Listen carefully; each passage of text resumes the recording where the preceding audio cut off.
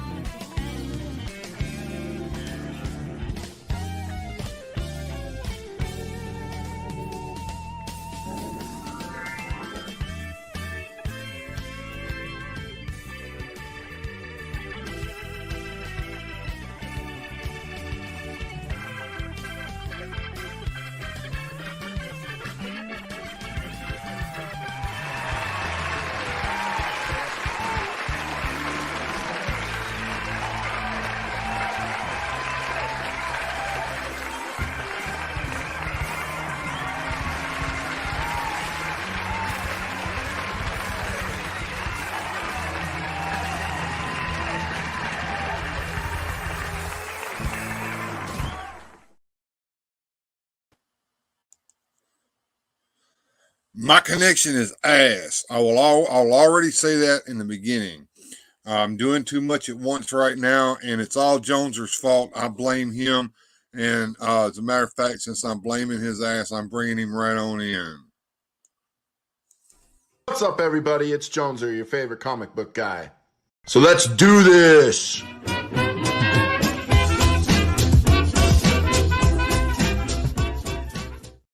It's all my fault. CRS is a motherfucker, isn't it? It is. I forgot we weren't, so now we are. So, whoops.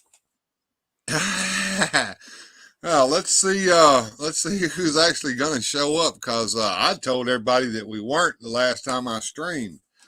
I think that was the. I did another Lone Ranger stream. I don't know if you saw that or not, but I went in and explored the lore of it, which we kind of skipped a lot of.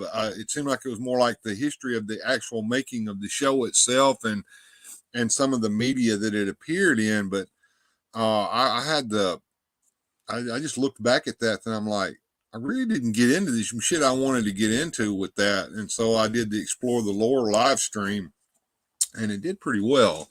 As a matter of fact, I was looking at the analytics on that, and it did even better than the Spotlight show. Wow. We're talking Lone Ranger, right? The Lone Ranger. And if you haven't watched the Explore the Lore show, you got to watch it. I was a busy boy today, and I was going through my comics. I've got me on 10x10 spot at the Apache Mall in Rochester, Minnesota on January 6th through the 7th. So I'll be doing their comic convention, toy convention there. So I've been setting up, trying to be ready. And yes, I found a Lone Ranger comic book as I was digging through the comics that I have. It's bigger than that. This was the one that me and Hulk Hogan got into a fight about. You haven't seen Hulk Hogan Tells a Lie yet either, have you? I haven't. That is this person here who says so weird's fault. Apparently, he's been screwing around with these AI voice generators, and it's damn scary how well it sounds. And he sends me this thing of Hogan telling this big ass lie about fighting me and Bjorn Jorgensen. And I was in the middle of cutting a freaking video. I actually got it cut today. Actually last night. Do you remember last year I started this thing where I was going to do a an in-depth analysis of the 4 original storybooks from Motu? Yes, I do remember. In fact, that's what kind of got me started watching you, was you doing the mini comics. Yeah, well, I did this in-depth analysis where I did a video of me going in depth, going page by page, and talking about each and every element that was on that page, and the storyline, kind of like a preacher going through the Bible, you know. And I'd done that last year on the very first storyline. I said, "Okay, this is going to be a series," and I meant to do a part 2. Well, guess what? I cut part 2 yesterday, got it all together and uploaded. It's not, I think members can watch it. If you're a member of the channel, you can watch that right now. If you're not, you'll just have to wait till I drop it, whenever that may be. So become a channel member and you can see stuff early. And so weird and fantastic. Jonesing for some late night shenanigans. Oh, it's going to be shenanigans. Oh, it's going to be shenanigans, my friend. We don't have shit planned tonight. We're just going to talk out our ass and have fun. Yeah, go, Jonezer. Well, let me tell you something, brother. We're just going to wing it, brother, because we don't know what we're doing, brother. Oh, brother. Oh, don't worry. I didn't get a chance to cut this because he sent it to me too late. But apparently you got into a fight with Hogan too, and I don't have a figure for you yet. But that's okay. if I can get my hands on an earthquake figure, I got you made. You know what? Or like overweight Steven Seagal. I'm a pretty good likeness for an overweight Steven Seagal. You know, I never noticed that, but I do now. I'll never unsee this. I know. I ruin everybody with this. I'm not quite as good of a martial artist as him, but I'm definitely as good of a bullshit artist as him. Oh, he's full of that. Hello, Jamie. And Miss Deborah showed up as well. Everybody else, of course, is over there at the clubhouse. Ozzy did a Friendsgiving stream that I was able to dual stream over here. You know, no, I'm not going to do that. I was going to say what we ought to do is we ought to just team up with Ozzy and just dual stream his shit over here, but I'm not doing that because we just take over his show and ruin it.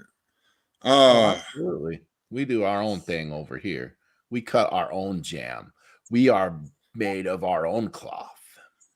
We cut our own cheese. Oh shit! Yes. No, maybe not I'm that. Full of my own shit. Hey, Mr. Benny. Let's see what else.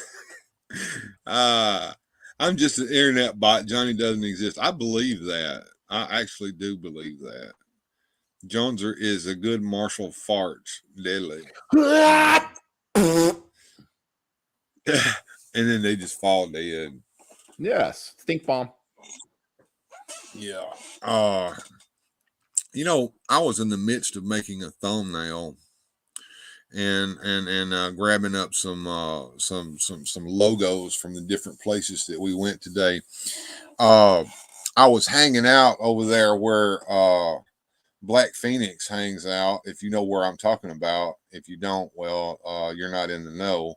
But I think you're there now, Jonezer. Yeah, I learned. I read more than I text. But I'm the same, although every once in a while they'll spur me to say something every now and then. I go in and I'm like a ninja. I go in there and I do something and run back out real quick. I'm in a few of these things, and the first thing you do when you're in these things is you silence the notifications. Otherwise, your phone's going to be dinging like a freaking telephone. So every one of these things I'm in, I silence the notifications. And then when I pick up my phone, I have like 47,000 unmissed messages. Yeah. And then you go in and you look at a few of them. And then if you see something that's worth responding to, you do. And that's kind of what I do.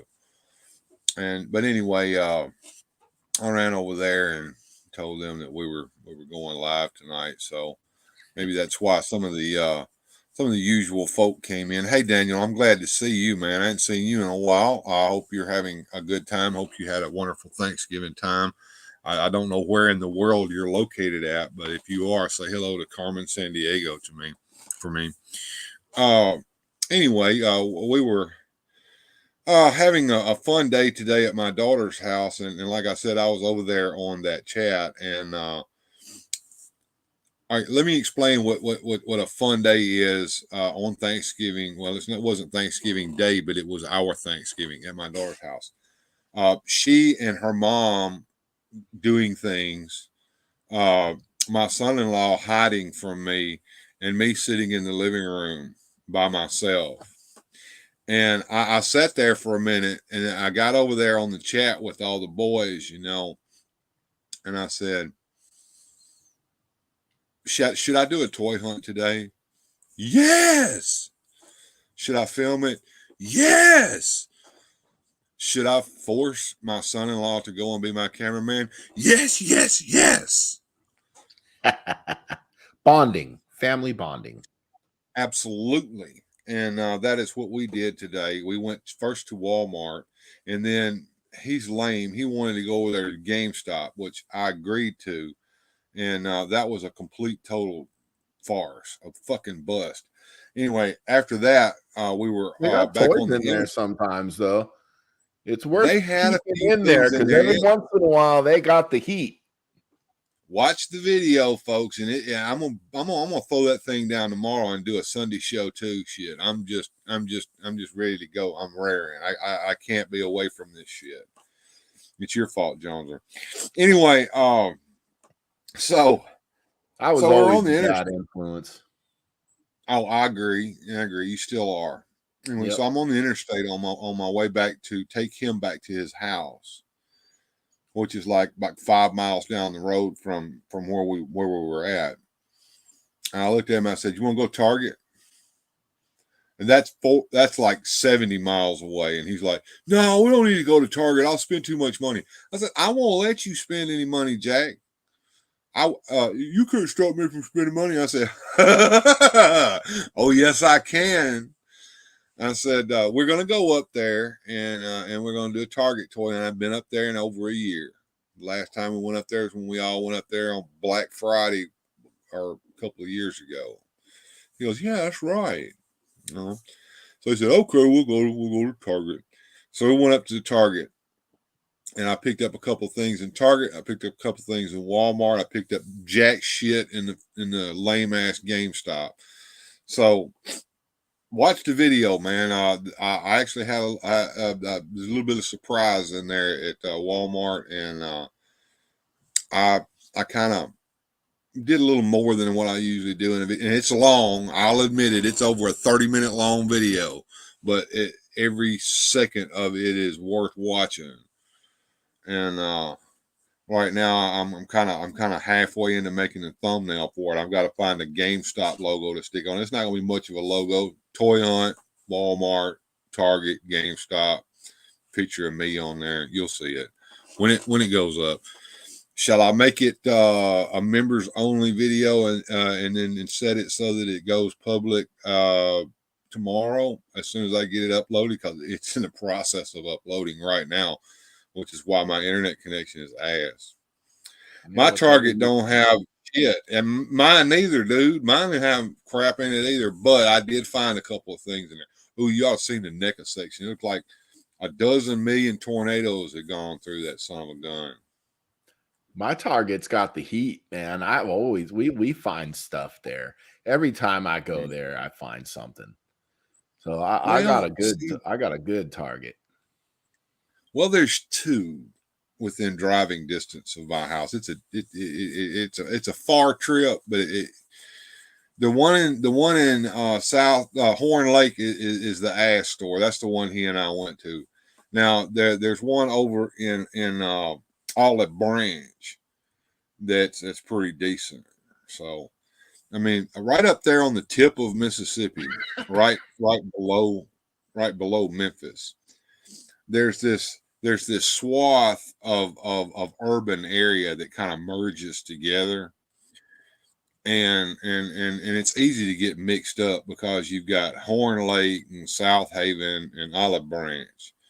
and then it sort of merges together at the point where you got Horn Haven and Olive Lake, and you know, you get mixed up, but you go up there and there's some there. It goes from like really ritzy down to ass, and so it's kind of like, you know, not quite right. You go up to you go to Olive Branch, and you're like, man, this is downtown, man. Look at all these ritzy folks, you know, and all the stores are all ritzy, and the signs are down low on the ground because they've got this law that says you can't have them up live. No, it's not live, Blue Sasquatch.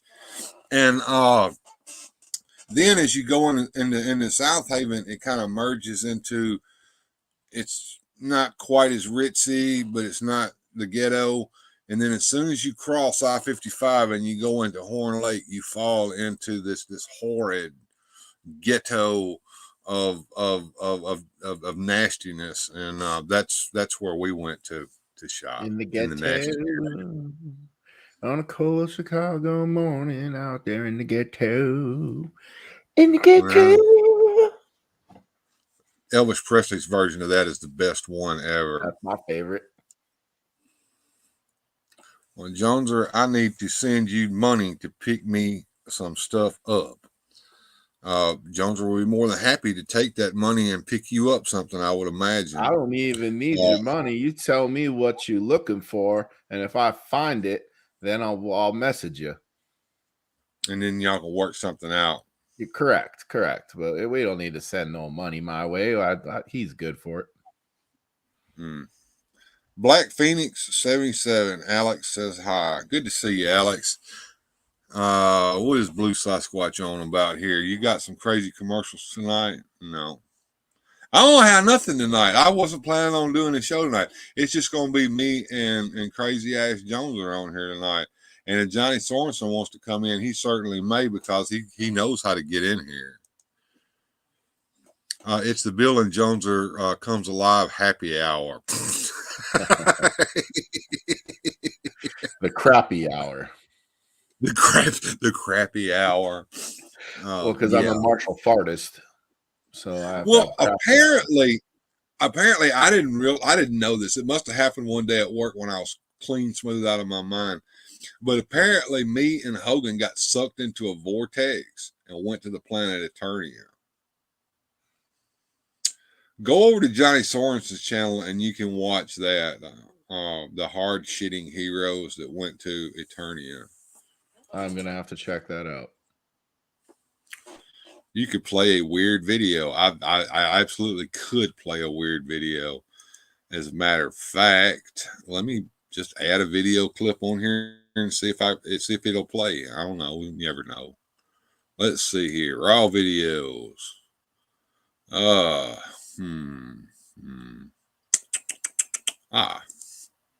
Let's see. And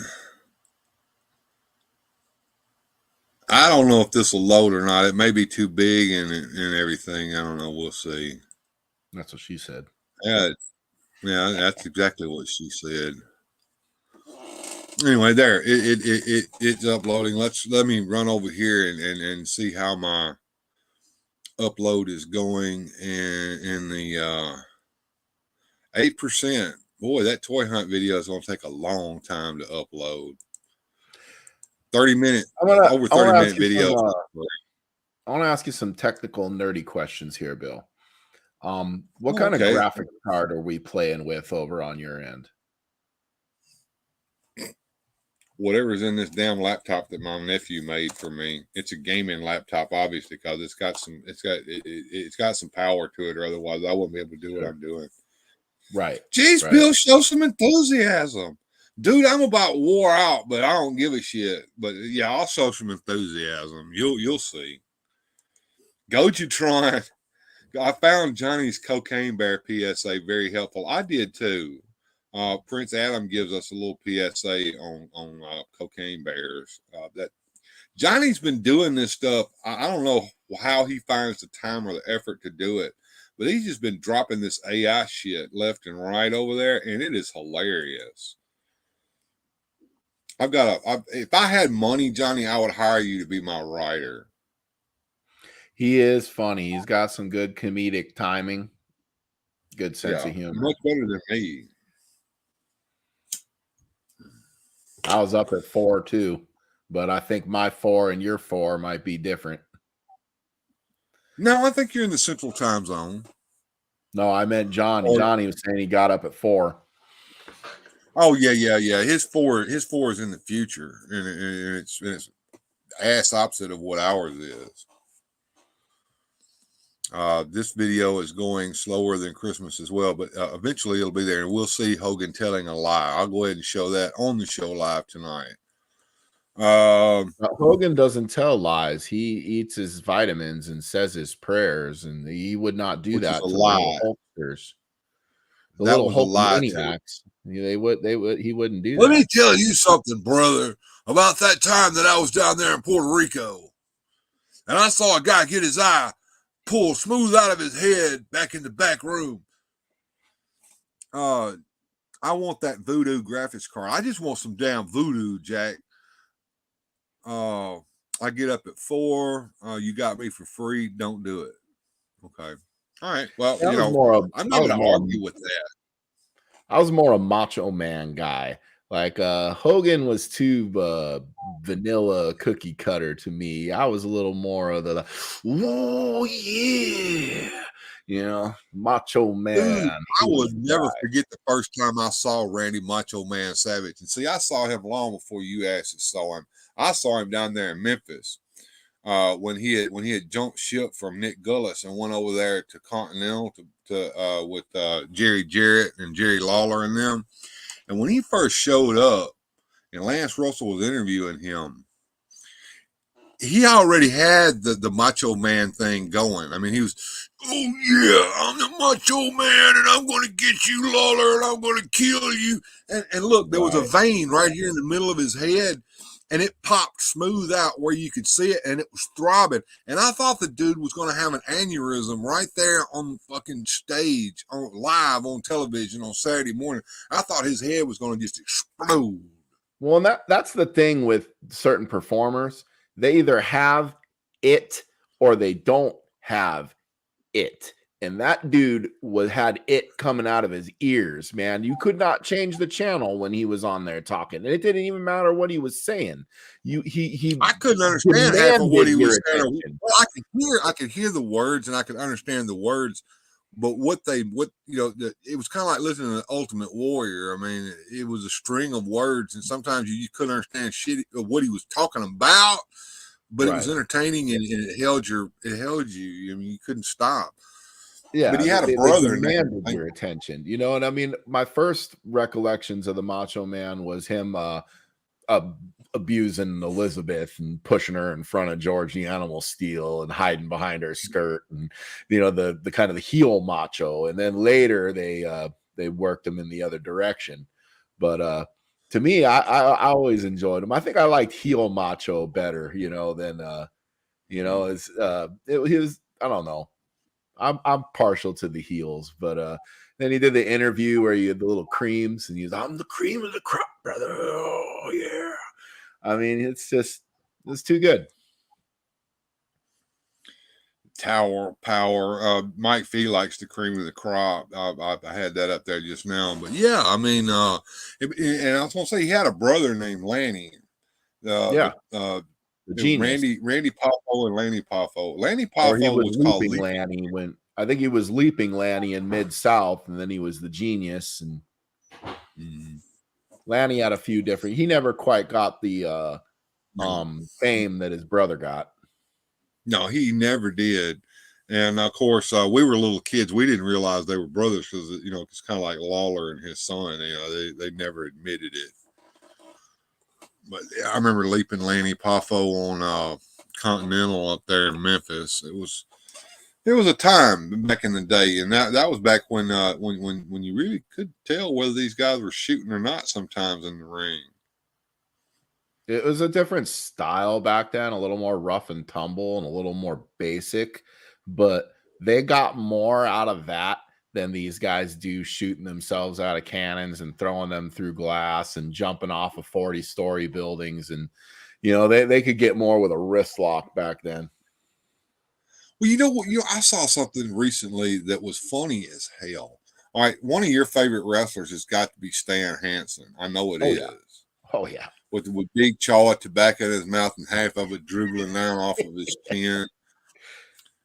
Well, Stan had a rough have you ever seen the Nobody Potatoes Me clip? I don't have it. I can't show it, but right. Dutch Mantel showed it over there on his show. They showed it over there. It was funny as hell. He was in the ring wrestling this guy. I don't know who this jobber was that he was in the ring with. And then suddenly he picked this son of a bitch up and threw him into the fucking front row seats and jumped out there and started beating his ass. And you could hear him clearly say, "Nobody potatoes me, nobody." Yeah, but he'll do it. I think every shot he threw was a potato. No, he beat that dude's ass for real, man. There's a great clip of him and Vader in Japan where he's got Vader's eye hanging out of his head. Vader's got to put his freaking eye back in the middle of the match.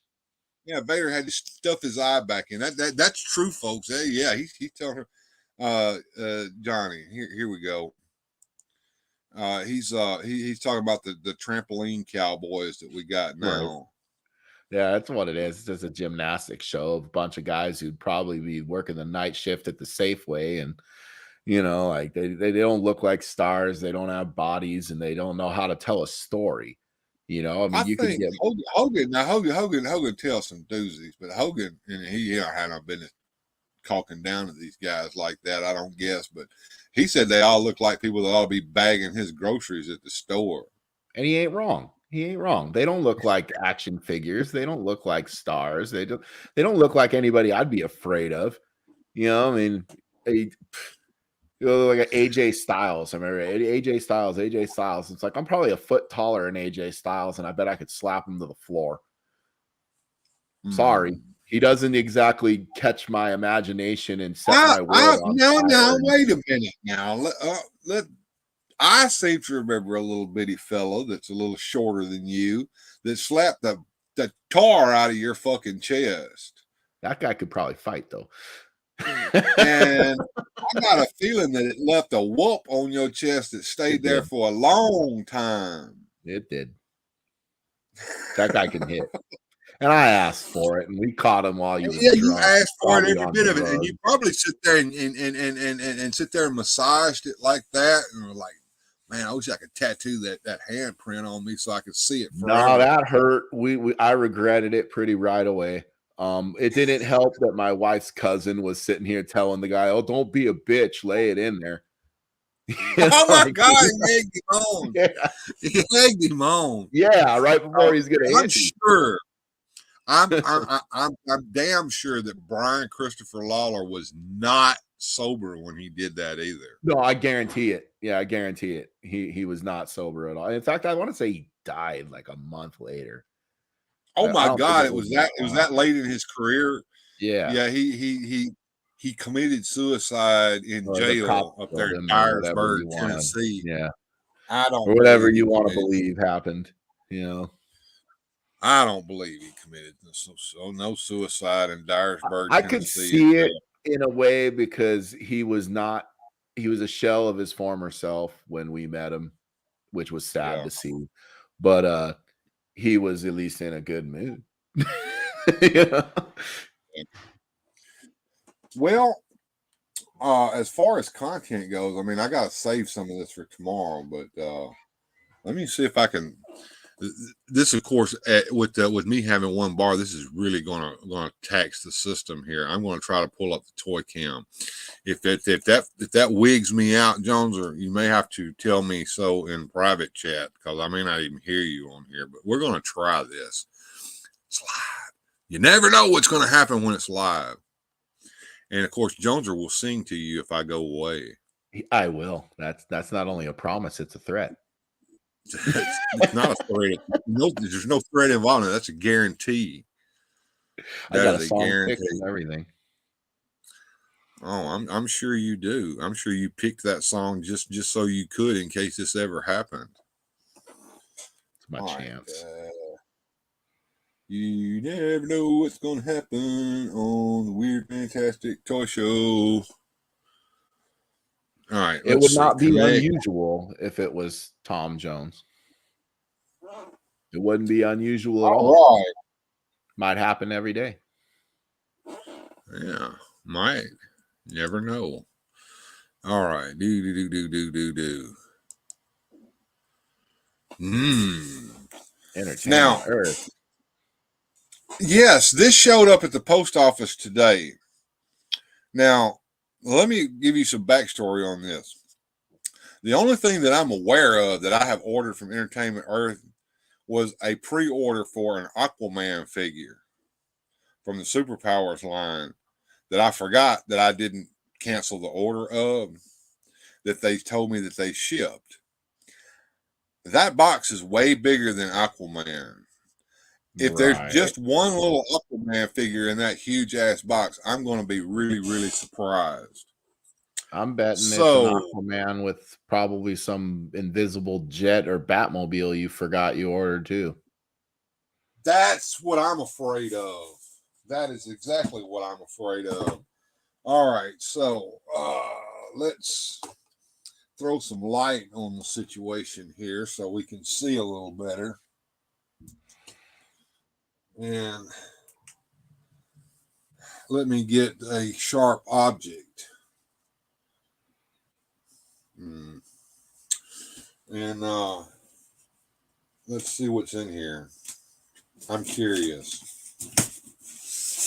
I am absolutely curious what it could be in here. More tape.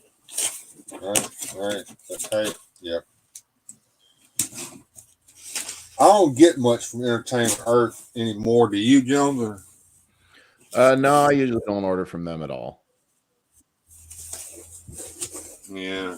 Me either, it takes them too long to ship it, and it's just that most of the time Big Bad's got it before they got it anyway, and Big Bad Toy Store is closer. But if you're late and you're ignorant, and oh my God, this says that there ain't nothing in here but an Aquaman figure. Oh boy, they absolutely went all out. There's nothing in here but a damn Aquaman figure. And some bubble wrap. It ain't bubble wrap. It's just tissue paper, which I can use. You already get Aquaman? No, I wasn't going to get him at all. I thought I had canceled this order. Well, that's interesting. Well, he'll go good with your Black Mana. Maybe. I'm gonna put him over here. I did find a Joker hat for my Joker with his trench coat on here. I've been looking for your old Aquaman for a while, but I can't find him. Too many Green Lanterns. Yeah, I saw a couple of the newest wave figures in GameStop today, but neither one I wanted. One I already had, and one I wasn't planning on getting. All right, so we got. Go ahead. Looking for Aquaman, Robin, and Black Manta. That was on my wish list. What am I opening here? Okay, what am I opening? And a Batmobile. This came from Amazon today.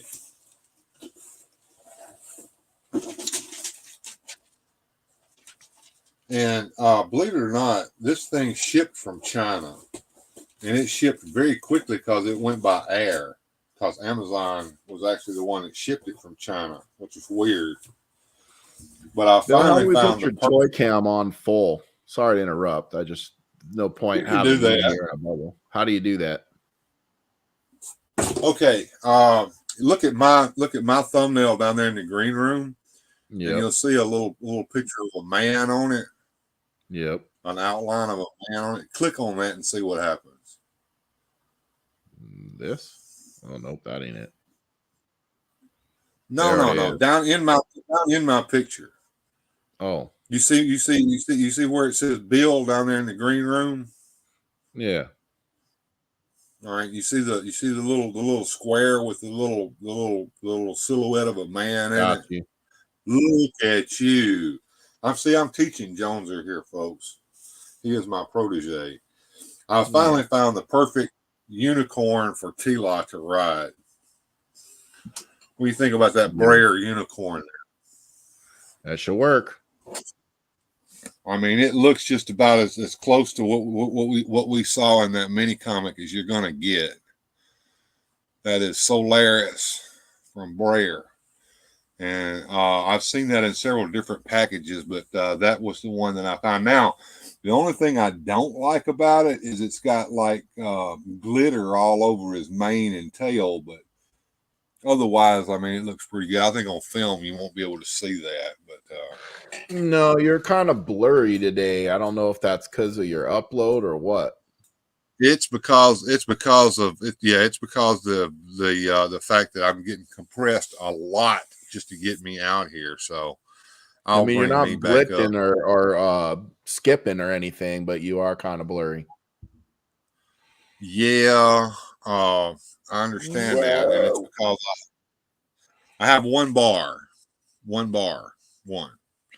and I've got 1, 2, 3, 4, 5, 6 tabs open in Chrome.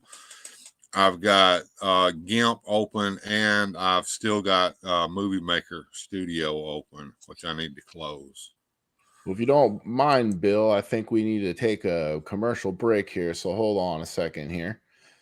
This episode of Weird Fantastic Toy Adventures was brought to you by Weird Fantastic Toy Adventures. You can catch some merch on Weird Fantastic Toy Adventures, one of these cool little coffee cups like I got. They got t-shirts, hats, bears. So go ahead and have a Weird Fantastic adventure buying some Weird Fantastic merch. Back to you, Bill. Thanks. I appreciate that, Jonezer. And everything he said is absolutely true. And I am trying to save this Movie Maker file so that if I want to mess with it some more, I can. So, Toy Hunt 2023 11/25. So you should have never taught me how to do that. Now I might do that anytime. Oh, you can do all kinds of stuff, man. You can do. As a matter of fact, you've got the power to do everything in this thing that I can. You know that. You've done it before. I do, but with great power comes great responsibility. My Uncle Ben taught me that. And you just have to be very careful with what you do because you can overdo it. That's true, Spider-Man, but I trust you. I trust you probably more than I should, but I do. I trust definitely. You immensely. So enough about me, since you are a co-host of this show and pretty much the same powers and responsibilities that I have on this show. What have you been up to? And I will give you the floor for a little while, and I'll just sit over here in the other spot and Ed McMahon. Well, I've been a busy little Jonezer. You can't see the other side of me, but it was a mess. And we had boxes and totes and things everywhere. So I literally took everything in the basement and stuck it to the other side of the basement and made it worse. That way we can make it better, if that makes any sense at all. So we've been moving everything around. I'm trying to we've got an elliptical over here. I've got my boxing equipment out. I got a heavy bag, a speed bag, a weight bench, the whole thing. And I'm trying to make the room a little more inviting instead of it looking like storage and my stuff. So the plan is to make the exercise equipment a little more accessible. That way people can exercise. I got an extra display, kind of like I got behind me. I got another one. Yes, sir. I need to translate something that you just said for the folks at home who may not have understood what he said. He said, so that people can exercise. Okay, people equals Jonezer. Oh no, my kids come down. They'll throw weights around with me. Lyric was hitting the bag today. Lyric run on the treadmill turned it to 10. Yeah, but see, none of this would be happening if they were the only ones needing to exercise. I'm the one. I'm just happy. Look, the thing is, I understand this, and you understand this, but I'm pretty sure that this coded language that you're using is going over the heads of the audience here at home, and I feel the need to help them to understand what you just said. Go ahead, Jonezer. Sorry to interrupt. Correct. But yeah, that's the idea. And then we've got a TV we got retro video games, Nintendo, Genesis, but it's all buried, it's not accessible. So I'd like to have a little coffee table where we could like do a puzzle or play Monopoly, or like kind of like more like a family room instead of just my stuff. But like I've got planned for my stuff too. Like I said, I got an extra shelf and I got another one of those pegboards. So we're going to move the elliptical down. We're going to set up the other shelf, set up the pegboards, and spread some of these toys out and turn this computer setup in another direction to make more room and show off our lovely set of toys. And then I made on the other side some intake for the comic books I got, because I got comic book boxes piled up everywhere. I don't even know what's in half of them. And that was kind of part of the joy today, was going through that and finding things. I got to prepare. I got a month to prepare for this trade show I'm going to do. And if I'm going to make any money, I got to get to work. Get to work. You absolutely need to get to work. Okay.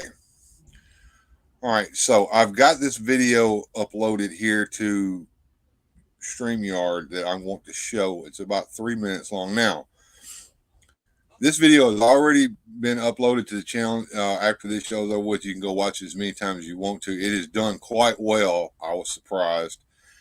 Now, it includes the opening and the closing credits. So when you see the closing credits, the show's not over, folks. It's just the video ending. But I thought Jonezer would appreciate watching this and then give you a 3-minute chance to go grab some coffee or, take care of some business like a man and a horse and all that kind of stuff. But you really ought to watch this because there's a couple of places in here that if you blink, you miss it. 3 minutes. Let's take a look at some of Hogan's biggest lies today on Weird Fantastic Toy Adventures.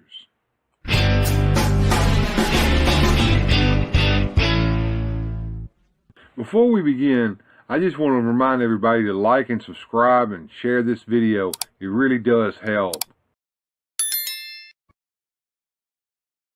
About true badass guys away from the ring, pro wrestlers that were really badasses that could kick your ass in a street fight.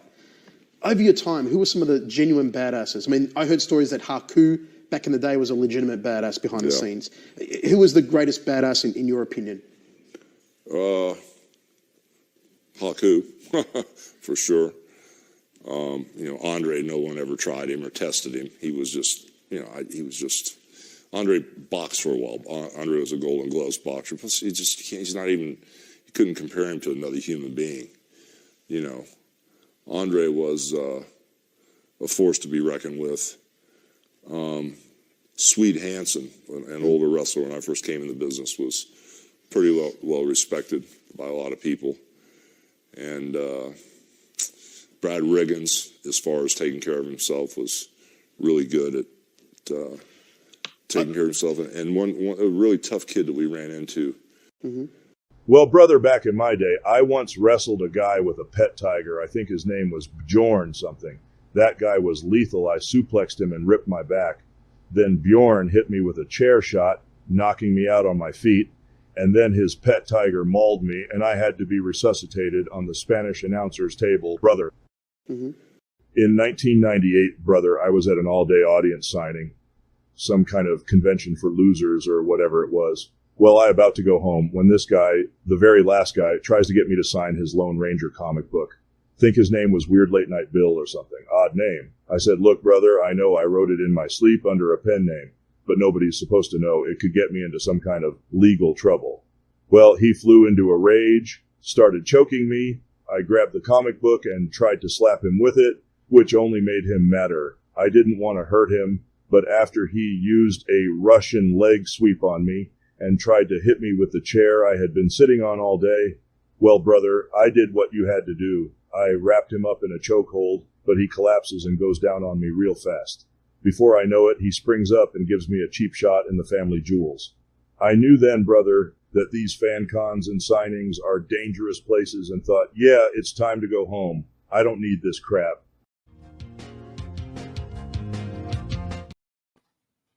I did see that. I watched that just the other night. You guys uploaded that what, Thursday? Yeah, it was one day. Thursday or Wednesday? I was. It might have been Thanksgiving Day. I was down here I was here by myself because my wife had to work like all through the weekend. And I thought to myself, well, I got all this time to myself. I'm going to get this video cut for this King of Castle Grayskull in-depth analysis. And I was in the middle of doing that when Sorensen sends me these audio clips over there on Instagram of Hogan telling these outrageous lies about me and Bjorn. And I said, all right, you need to send those to me in an email so that I can't download the stuff off of Instagram. So he does. But still, the Tiger Butt shot, because it's Bjorn Jorgensen. I'm with Bjorn on this one. That was not needed. Well, I mean, you got to understand that the majesticness of that tiger has to be shown. I did. Anyway. It was majestic. It's like the one on Dumb and Dumber. The cat's name's Butthole. Oh, why? Because of this. Well, you do know the story behind the majestic tiger, right? I do not know if I do. Okay, look up on Google Lego majestic tiger and look at some of the images of that. It happens to be one of Bjorn's most favorite Lego creations, and I actually saw one today in Target and came that close to buying it just so I could send it to Grindhead Jim just to grind his ass, because Grindhead Jim hates the idea of that. And it's become a meme over there on Grindhead's channel for Bjorn to at least say something about tigers or being majestic as a result of that. And that is why, and Goji knows this, that is why the majestic tiger of Bjorn's had to show his rear end. I get it. It's all inside jokes. We were saying the other day about the Lone Ranger, if I had any books. Well, we found one. Oh, wow. Is that a gold key? Yes, sir. Gold key. Gold key. Yes. I have never read a Lone Ranger comic book, but there are some examples of that out there on the wild web that I have collected pictures of. I might take a look at. What I really liked about old Golden and Silver Age comics that people may not realize, in the middle spread where you can see the staples while you're holding the book open, you know what I'm talking about, Jonezer. There wouldn't be a comic in there. There would be a prose story in there. Have you seen examples of that, Jonezer? I'm not sure if I follow. Like they're an insert. No, it's not an insert. It's just that in the middle of the comic, instead of a comic story with drawn pictures, it would be a story that somebody wrote, like in a pulp novel or something. Got you. And matter of fact, Dick Giordano used to do that every once in a while in Batman comics, and even in the Bronze Age. And those are worth reading, and they're all canon. The stories in those prose stories are canon to the time. So, I mean, and they were wonderful, and they don't do that anymore. You can see Jim's forehead popping at the mention of that damn tiger. You sure can. A vein pops out in his head whenever somebody says something. He won't even acknowledge anymore that we're talking about tigers or flowers or anything in the chat, because it chaps his butt so bad. But the problem is that his reactions to that stuff just eggs us on to do it more. Well, of Because course. we're assholes like that. Of course. The more it bothers somebody, you show weakness. It's blood in the water, and the sharks are Of feeding. course. Yeah, that's why the tiger showed his butthole in that clip there. And of course, you can tell that I did that very quickly. It takes a long time to do that kind of stuff, and mistakes were made that I didn't have time to fix. Like you can see my fingers in there manipulating the Hogan figure at some point. Who cares? The point got across. I know it's all insider jokes and stuff, but hell, it got a shit ton of views, so I don't really care. And I thought it was hilarious. And if I have to explain it to you, I guess you just won't understand. Yeah, I did see that whenever you put that up. I saw it that night. I enjoyed that. And like I said, there's another one that I've got that's got you in it. And Hogan's telling a story about you. Oh boy. I just don't have what it takes to get that put together. And he sent a lot of that to me after I had already got all this together and done and started uploading it. Sure. He even sent me some AIs of Corny talking and Jim Ross interviewing Hogan to go with this stuff. And nice. It's just all fodder for the channel. I've got this stuff in my possession now, and eventually I will put something together with it. But I'm very busy trying to get things that I've been meaning to do for over a year done. Hence the in-depth analysis. Now, going back to the in-depth analysis, Jonezer, if you remember, when I dropped that the last time I did a live stream directly afterwards where we did a discussion, that's where you showed up. You and I discussed that afterwards. I can see the little thing turning in his head. Ring, ding, ding, ding, ding, ding. Yeah, ding, ding, ding. I'm trying to remember. Yeah, what I did, it was probably back in April or May. Was it this year or last year? Hell, I don't remember. But we've done so many shows; they all tend to blur together to me. Yeah, I understand that. I took the very first book. How long is this going? This is 13%.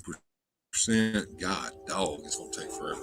Anyway, I took the first book, He-Man and the Power Sword, and I actually page by page went through each page of it, pointing out everything that was in there, including the fact that Stratos was a minion of Skeletor's in it, and that the fact that when He-Man took his power suit off, his boots mysteriously came off of his feet, and his belt came from around his waist, and he was suddenly wearing his savage clothes again.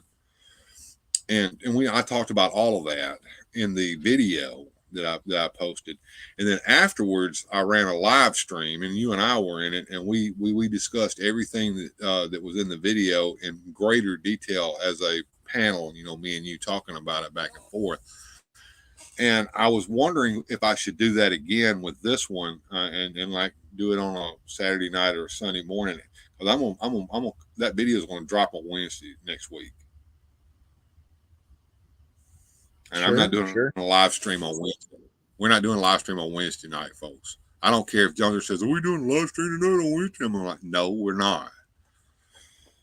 But I don't think he would, because he and I both have to work in ungodly hours during the week, and we don't really do shit like this in the week. I should be doing more of it. I did film today, and I've got a video set to go for tomorrow morning. But what I need to do is start filming in advance so I could pitter patter stuff out without having to actually try to do that for the time, I gotta work ahead. See, that's what I thought that I would be doing a couple of years ago. I'll just sit here and make a bunch of videos, and then I'll load them up on YouTube, set them private, and then I'll drop them whenever I want to. That's what you're supposed to do. Right.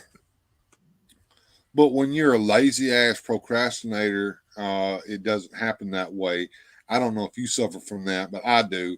Especially when I come home from work exhausted mentally and sometimes physically and sometimes both. And all I want to do is sit in my chair.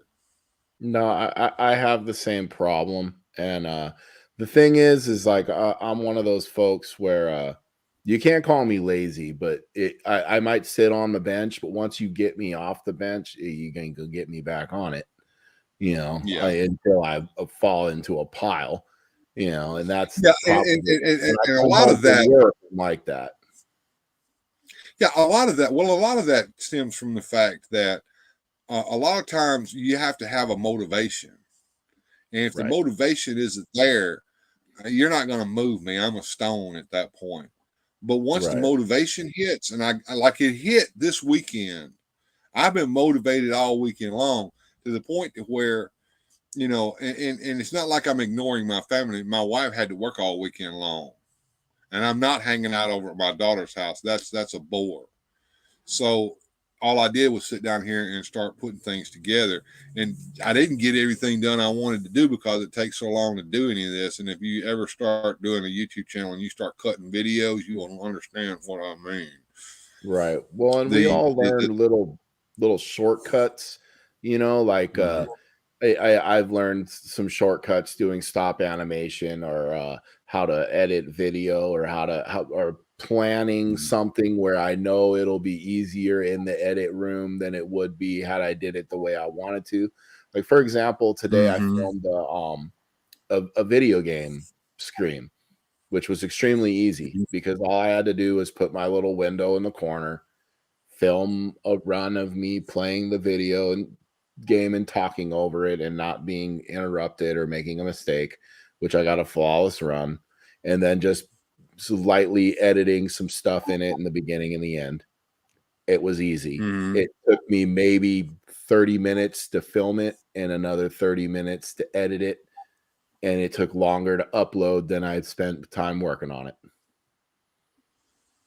So we'll probably see more of those in the future because they're easy to do. A toy video, on the other hand, some of those can take hours, especially if I put a stop animation in it, then it can take days. And it can. And that's part of the problem that I'm going through here, because I went and watched a video the other day from one of my favorite somebody just showed up. Bring them on in. I'm doing something. Johnny, give me a second here. Yeah. Hey, Johnny. Give me a second. I know how to do this. Yeah, I'm not gonna help you either. I'm gonna let you learn. Oh, we got her.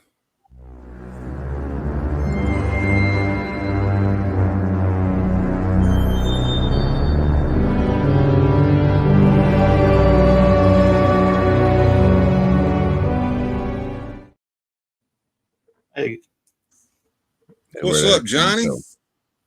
Hey guys, I can stop listening to on the little thing now. I got you on the PC. You're on the big screen. There you go. Well, my show is one of those shows that's best watched on the big screen and the small screen. That's for sure. You got the smell-o-vision going? Absolutely. Some skeletons up the back on the rail come down in the middle of the movie. So tell me, Johnny, out of curiosity, I mean, how long did it take you to cut all that shit together to make? Hard to say. I've done something pretty much every day for the last week at like 4 a.m. and I've spent 1 to 3 hours a day on quite a few things. I can tell you right now, I wasn't prepared to see me and Hogan on Eternia. That really. Well, you were laughing at it, so you were laughing after you played just the audio of it. So I thought, fuck it, it was just a fuck around to test out the thing. I wasn't going to do anything with it, but you were laughing about it. I thought I might as well make something of it.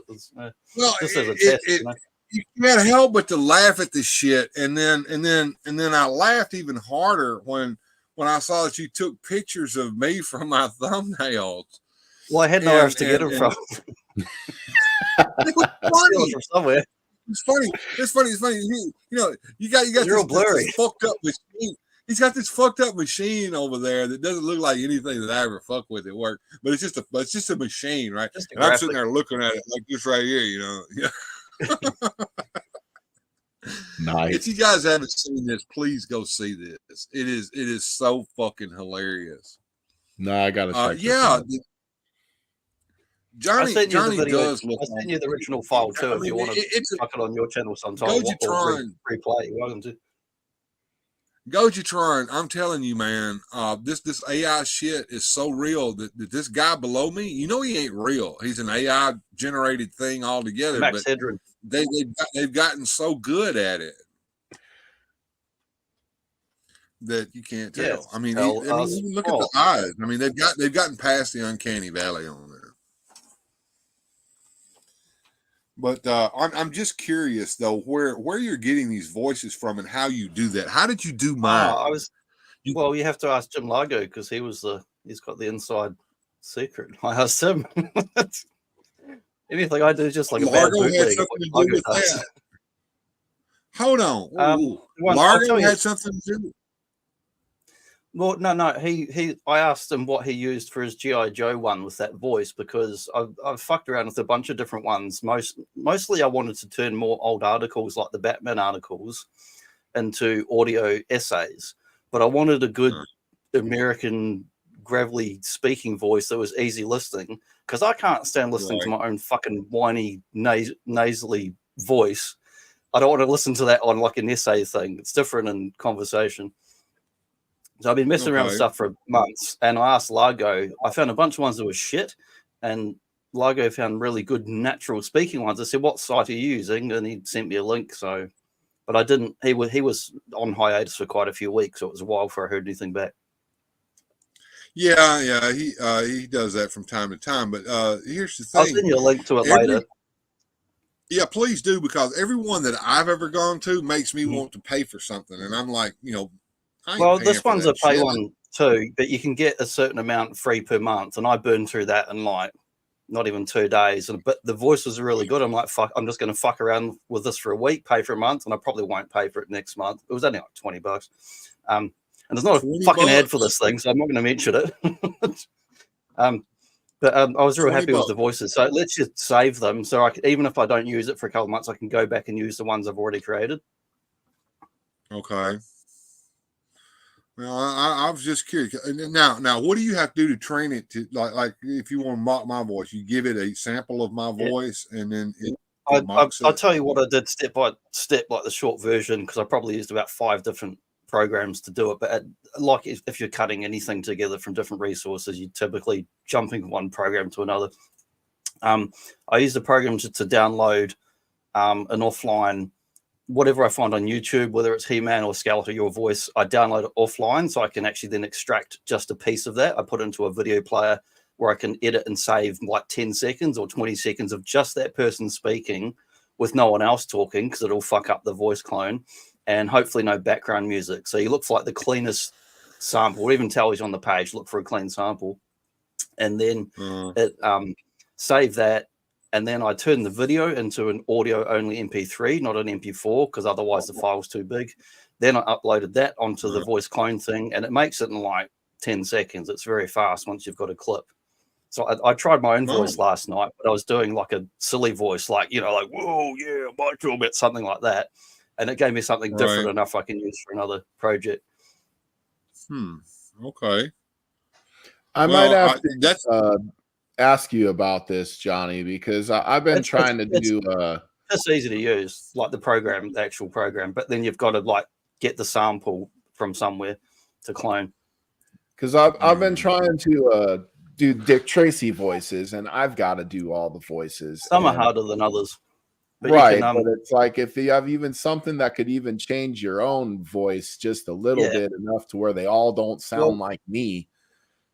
I think so. Like I tried just yesterday, like on the first few days, I thought I might clone my own voice, and I thought, I can already talk, and I don't like hearing my voice anyway. I thought, but if I talk in if I go higher up here or lower down here, and it'll take that same tone and keep it consistent, and it'll iron out the accent, and it'll give you a smooth voice that actually sounds quite different enough from your own that people wouldn't really know, and who, if they don't know you, they just listen to it, they wouldn't know what the fuck it was. Right. That's very interesting. I mean, it would help a lot. And if I had the money to afford to actually get a subscription to that site, I would probably use it more on these videos, because I could get female voices going and everything. Yeah. The best thing is to do write out in plain text. Wait a minute. No format, so you can copy and paste it straight into there. So you're not editing on the thing. You just write a few sentences and have it read it out. The wheels just turned in my head. I could have this money but you can make fake conversations between one thing and another. My Patreon, and that would allow me to be able to afford a subscription to this new service. So if you haven't joined the channel yet, for just a mere $5 a month, which is less than a cup of Starbucks coffee, you could help me get a subscription to this AI generating voice site so that I could do the things that Johnny has done. We'll just get a real max headroom next month, and Bill will be off in Tahiti or something. Sounds like, a plan. Absolutely. What have I done? All right, there. All right, I want to leave that just like it is. What am I doing over here? I'm multitasking, and multitasking I'm not good at and never have been. I'm making a thumbnail, and I need to save that.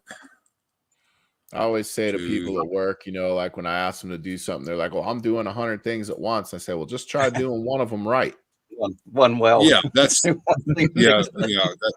that's the trick, isn't it? I will get up and walk away from the computer while it's processing the damn video and saving, and I'm like, fuck that. I'm going for a walk, come back, click a thing, walk away, come back.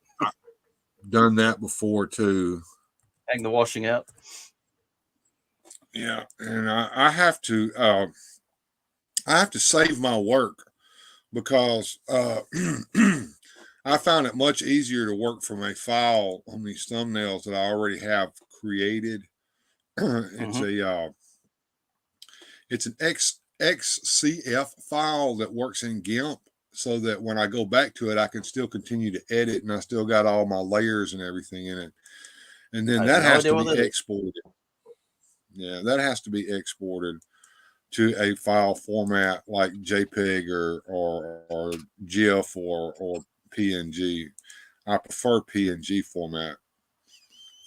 Yeah, it's got the best resolution, the small file size for your thumbs and that. And 17% of this toy hunt video has uploaded. This thing is going to take all night long to upload, which means that even after the shows, even after the show's over with, I'm just going to have to leave the computer going to upload this thing. What am I looking for? I'm losing my mind. Here it is. I am error downloading patch. Please wait. Yeah, pretty much. There we go. All right. Now, my attention is back where it should be. What? Figuratively speaking, our friend John has shown up down there. Hey, Bill, Jonezer, hello all. Hello, figuratively speaking.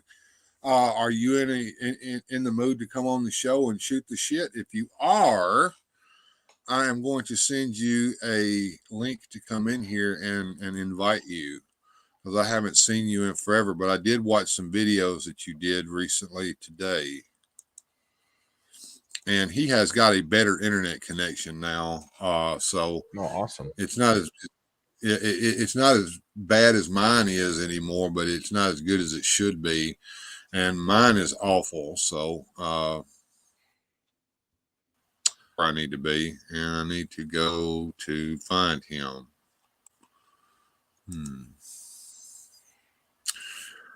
Figuratively speaking. I never use this GIMP thing you mentioned, but I read the wiki and I'm downloading a free version now so I can check it out during the week. GIMP is absolutely free. It's open source. It was made for the GNU operating system and Linux, but it's been ported over to Windows. The learning curve on it is a little steeper than Photoshop, but once you get it down, it's easy peasy. Mm-hmm. If your GNU gets stuck up the river, do you download a patch or what do you do? Say that again. I said if your GNU gets stuck up the river where it's shallow, what do you do there? Do you need a patch? Yeah. Well, you can just delete it and download the newer version. Yeah, I've never used what a it, so I GNU just is.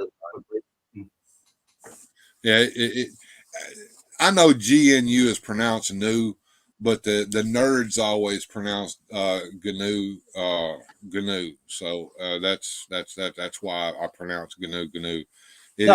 I get it. Like I know people say GUI, like like graphical user interface. So it would be like a thing. Yeah, but GIMP does not stand for a person with a zipper mask on their face with little eye holes in it. A GIMP is actually a little creature, and he is the mascot for the GNU image manipulation program, which is like a little fox or something. What's GNU with you? Well, not much there, Goji. I'm just having a good old time here with the 5 people that are watching me. I had a grand total of 10 at one point, but we've driven them away with our incessant chatter. But what I've been on, an hour and 15. I'm gonna do the full 2 tonight. But I am in the process of doing all this other stuff, and I can close some of these windows down. If John is still hanging out there, figuratively speaking, if you go to your figuratively speaking account on Insta, I've sent you a StreamYard invite over there. And I need to close down more programs. So that is what I am doing now. Getting this discard change on that one. And I can close that and close that. And now I don't have nearly as much junk open, but I've still got a poor connection because I am in the process of uploading at the same time that I am live streaming, which is not a good idea. At least you had no dropouts. Well, that's true. I mean, it's just holding steady. It's not dropping completely out. So it just, I think the audio's been good all the way through. Well, what StreamYard's compressing me though. So as long as I stay in the little as long as I stay in this little window up here, it's not as bad. But if I full screen myself like I did when we were showing the Breyer horse, I wouldn't chat with Mark each week. We're at like normal resolution, and then with full strength internet, and it'll still like compress our faces to little dots. It's rubbish. And I don't know what Jonezer's doing over there, but he is he's dropped completely out. He's getting on here. I'm just monkeying around with some stuff. He's got some wheels on the elliptical, and he's driving it around to organize the toys. That's what I think he's doing. That's exactly what's happening. You 100% called that right on the button. Monkeying around. The mind just goes crazy. All right. Let's talk about something, Johnny. Do you remember the other day when I did that Lone Ranger spotlight that we were working on together? I haven't had time to watch. I clicked and liked it and commented, but I'm going to watch it tomorrow after work. The full new one. You did an excellent look. It's nothing against you. You did an excellent job of what you did. You got to tell me what you want in there. Well, it was a nice little retrospective into the history of the character and of the media that he was in. But then I said, damn, we really didn't go into the lore of the character himself. Mm-hmm. So I did an Explore the Lore live stream afterwards, where I actually went into detail about who he was, Tonto, his nephew Dan, who and how Dan related to the Green Hornet. Dan Reed, the Lone Ranger's nephew, is the father of Britt Reed, the original Green Hornet. And Britt Reed is the Britt Reed is the father of Britt Reed Jr., who was the Green Hornet on the television show. So the radio Green Hornet, which is also the movie serial Green Hornet, leads into the TV Green Hornet. Now this is all headcanon, folks, but the connection between the Green Hornet and the Lone Ranger though is real, as a real connection. Yeah, well, it's the same guys that worked on it, so it's very real. Yeah, Trindle and Fran Stryker both did both of those shows, so that's why. But like I tend to start with overviews, and then I go into like other things. Like I can go into do a whole thing on just the comic. If we had done all that, Johnny, it would have made the show far too long. 10-part series. Yeah, so it really needed a stream of its own, which is what I did. But the other thing, I had shown that little thing about the Legend of the Lone Ranger, the movie, and how it was and why it flopped so horribly. The legendary flop of the Legend of the Lone Ranger, and I recut that because, believe it or not, right in the middle of that, where I had a scene of the Lone Ranger going into a bar, and I had taken the audio completely out of that, and I was talking over that. By God, they copyright ID'd me just for the video itself. So I had to blur the video and put it in a sepia tone and then put my logo over it. And of course, I had to go back into the live stream we did and just chop all that out of it. So if you, a new subscriber, Sherry Blue has subscribed to the channel. We'll see a firework here go off in a minute. Thank you, Sherry Blue, for subscribing to my channel.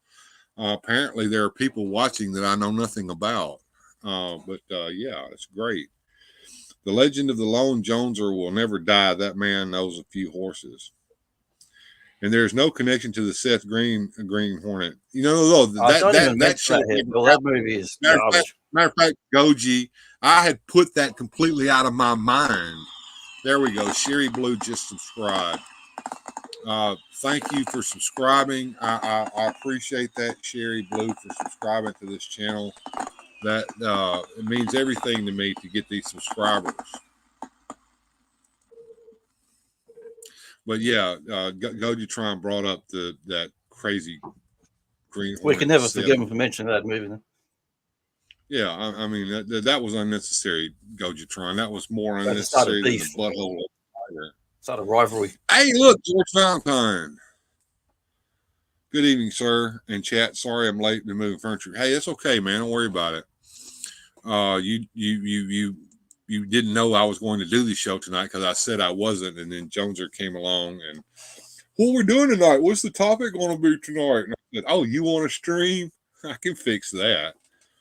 What's funny is I don't think I said any of that. I think I asked, are we doing a show or what's the topic? And then you're just like, oh, you want to stream? Let's do it. Exactly. That's how that happened. What I say. Hey, John. Hey. What's going on, man? You are smooth, man. I like it. Yeah, you're in the bunker. What's going on? Man, I went to using my phone. My internet people have still not shown up here. My internet line is actually still laying on the ground in my backyard since like 3 months ago. Really? Yes, sir. Wow. But you've been quite busy over there doing live streams. And I've gone back and watched a few of those and really enjoyed the content that you've been putting out, man. Yeah, I've been trying to do a little bit of something here and there when I have time from the job, but man, it's been far and few between here lately. So like right now I'm still working on another on my intro for like my live, and then I've got another intro that I just got finished doing, and then With that, I'm working on a still motion wrestling video where I'll be using my Grayskull and my Snake Mountain wrestling rings and characters from Origins and Masters of the WWE, plus the WWE Superstars. So I'm working on something quite big. It sounds like Sounds quite like the undertaking. Yeah, it is. I saw the opening video that you put on the last video that's available there on your channel, and I'm like, man, this guy's really stepping up his game. So you've done well, man. Thank you. It's been a minute. What were the topics you were talking about on your videos? Shoot. What was the last one that I did? Put him on the spot there, bro. I believe my last live was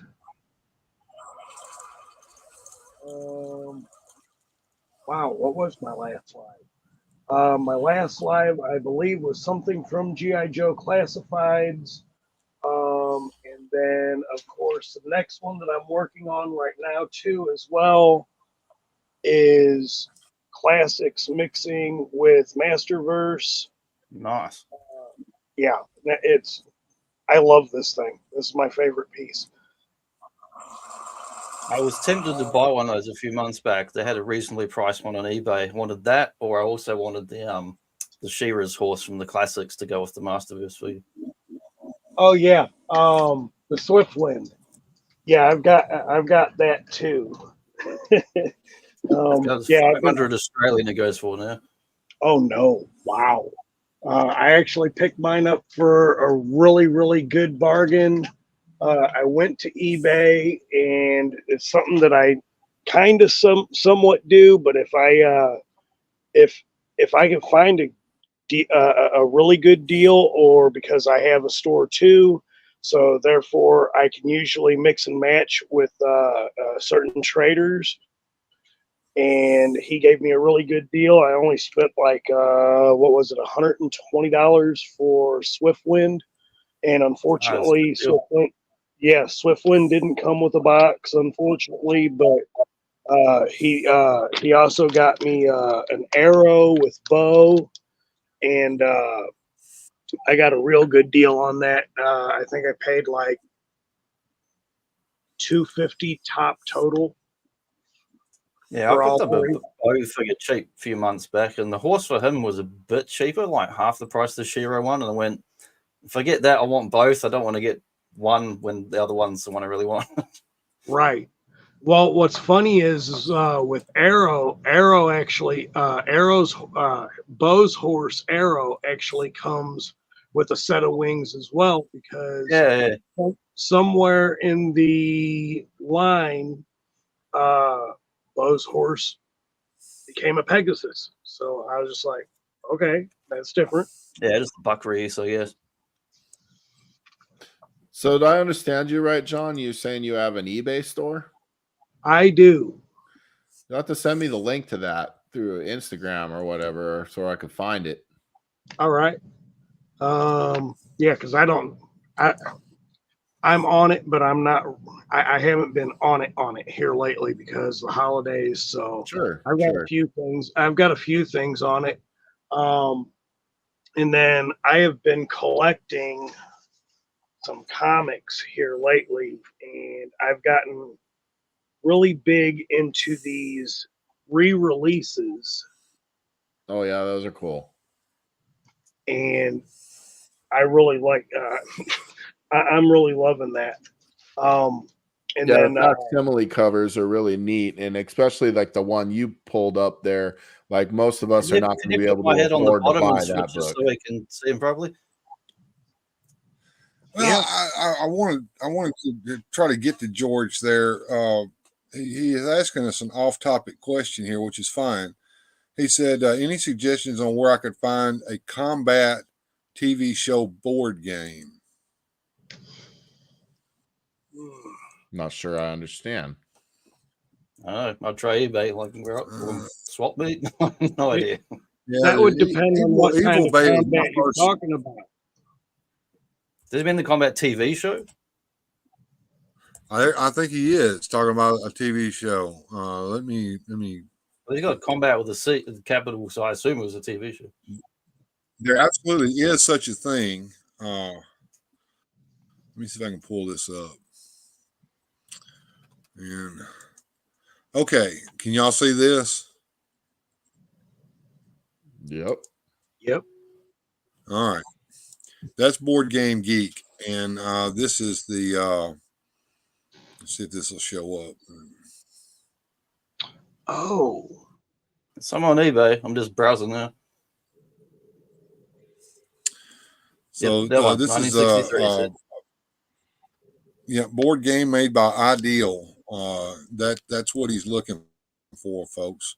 So yeah, that's exactly what he's looking for. Like Johnny said, I mean, the only place I know of that you would find such things is eBay. I mean, there are other auction sites out there besides eBay, but they don't have nearly the selection that eBay does. Yeah.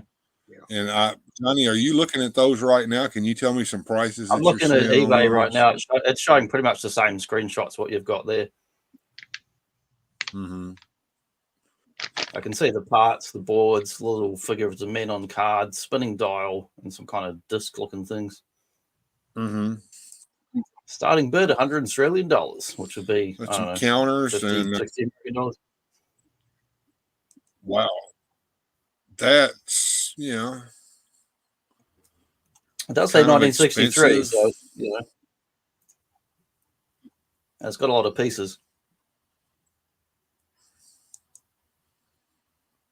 Very POW war camp. This is interesting. Let's buy it now. One from Greece was 300, so I'd be going with the starting bid, not the buy now. Right. 166. Like somebody had to make their own a little spinner there. That's kind of interesting.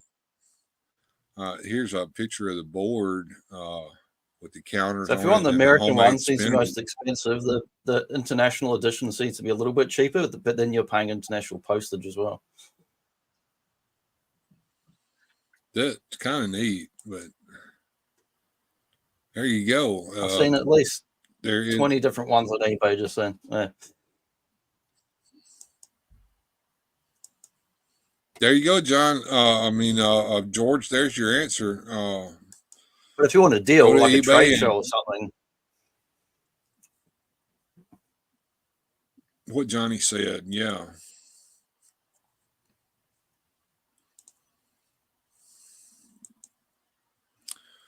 But yeah, I had this up at first because I figured that our friend, figuratively speaking,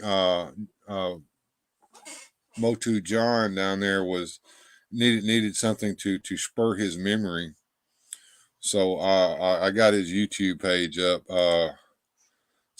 George says, thank you. I haven't been on eBay in a long time. My uncle and grandfather loved that show, and the game, unfortunately, the flood destroyed the set they had. Okay. Well, I mean, if you got the bucks and the time, I mean, it would be a wonderful gift for Christmas. I don't know if you get it in time this late in the year or not, especially on eBay. Yeah. But I was watching that Thanksgiving thing that you had up there today, John, and that was some top-notch animation there at the beginning. And may I ask who's doing your banner and your icon for you? So my banner and my icon that I had done from a girl on IG. Let me pull that up. I cannot remember her name. Well, the style of that looks like what Sir Clifton's got going on over there too. He had someone do his logo and everything for him. Of course, have no fear, folks. X-Ray Boy ain't going nowhere. I designed him myself, and he's staying just like he is. And the private chat just came on. Okay, Johnny. If you go to the fourth image on that eBay link, it's got a really nice scan showing the interior of the box and the rules and how to play. It's really cool. Guarding prisoners, mind spaces, freeing prisoners.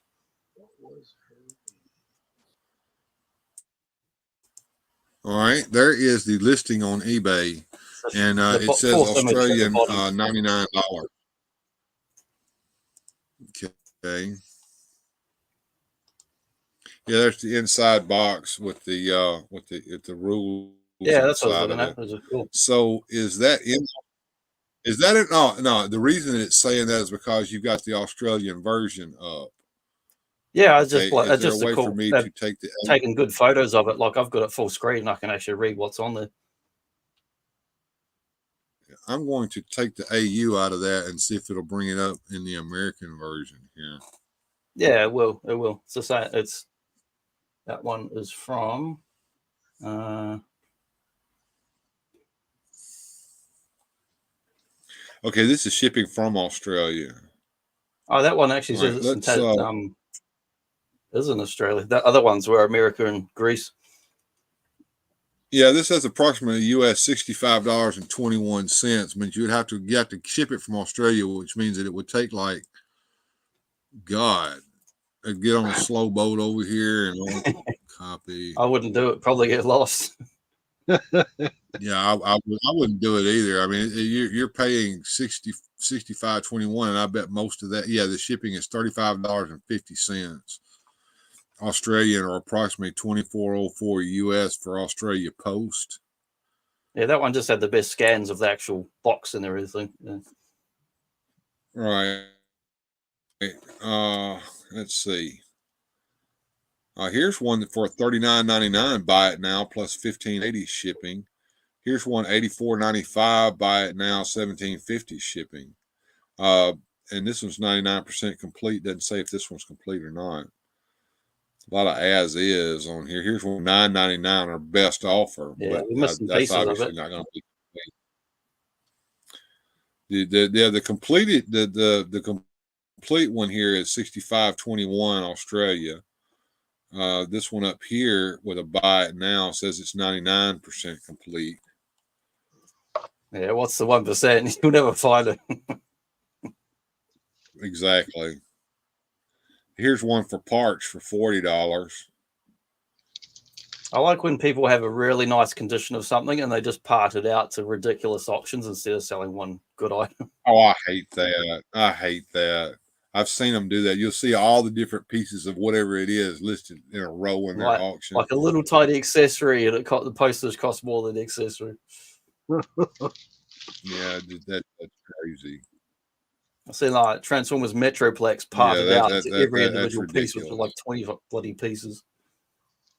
Yeah, I was on eBay. Jonezer had to run to pick up his. Sorry, I was just telling everybody that Jonezer had to skate. He's got to go get his son from the He's salt on that mine elliptical again, on wheels. So.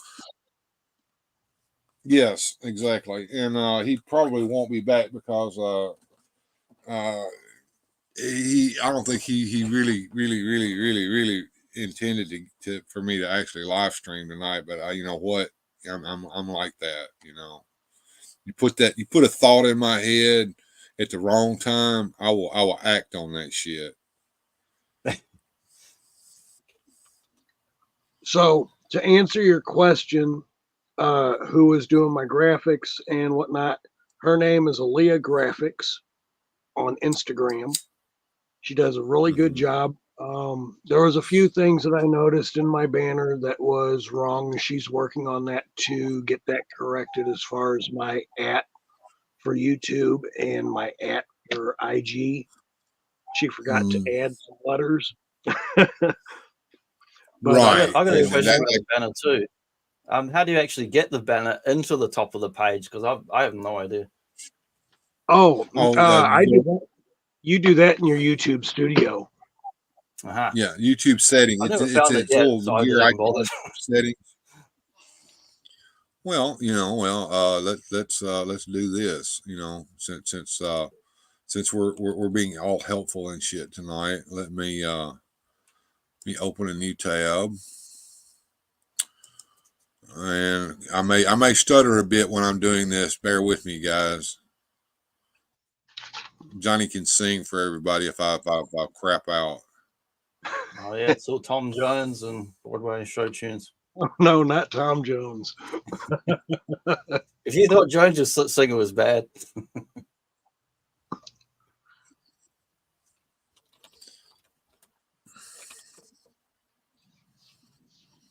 All right. I probably shouldn't share this, but I don't give a damn. All right, so you go into YouTube Studio and you run down here to settings. See this little down here at the bottom, it says got a little gear and it says settings. And when you click on settings, you go to channel settings, I believe, if I'm not mistaken. Is that it? No. No. Advanced settings. Is it? It's in here because I was messing with it the other day. Upload defaults. So usually, is it customization?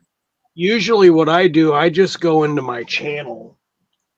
That's it. It's customization, right there. There it is. Absolutely right. Layout. I've done it on other sites, just never on YouTube. And I think it's branding, if I'm not mistaken. Yeah. Yeah. So you can change your profile picture and the branding. And here is the banner image. Now, you have to work with this a little bit because the banner image is actually a bigger image than what you're seeing at the top of my screen because it looks bigger on depending on whether you're looking at it on a television, a computer, or a phone. Yep. And so what I did was I went on the Google there and I Googled YouTube banner image example, and of course I looked through what was there until I found one that was just a blank image with lines on it that somebody had made that showed you where each part of that is going to go depending upon what platform that you use. And I took that and transferred that over to GIMP and laid my image underneath it and then made this image opaque so that I could look through it to see where my shit was going to be located. And then when I got it all like I wanted it, then I got rid of the overlay for with the lines on it and save the image. And I need to change my video watermark from X-Ray Boy to maybe something that says subscribe, because that's the trick. If anybody clicks on that watermark on their computer, it will bring up the subscribe. Yeah, that's why I left my one on, even though it says Batman or whatever. Yeah. So what you want to do is you want to, at least, even if you have an image behind it, you need to have the word subscribe in there, because people don't know that you can click on that watermark and you can subscribe to the channel. And I just found that out the other day by watching vidIQ. I will plug them. I don't pay them a dime, but I watch their videos and listen to some of the stuff they have to say. While I don't agree with all of it, I agree with enough of it. And some of it makes a lot of sense. But anyway, let's just stop sharing altogether and let's all get back on the screen together. There we go. And since Jonezer is gone, we'll do this. There we go. What you busy working on there? Looking up something there, John? Oh, I'm just trying the thing you were talking. Oh, sorry, other John. Yeah. Well, let me get my. Yeah, I got John and Johnny. I'll call you Johnny, and I'll call you John. So that is what I'm working on right now, which is the ending half to my intro of the new one that I'm working on, getting some new writings in there. Trying to get it to where because the way I have it set up on here, it looks like an iris right here. So I'm trying to get it to where it looks like an eye opening. I got you. That makes sense. 26%. gonna take forever. You take that off of there. There we go. Now I'm my mind is back on the show again. So, do you have more AI generated content coming in the future, there, Johnny Sorensen?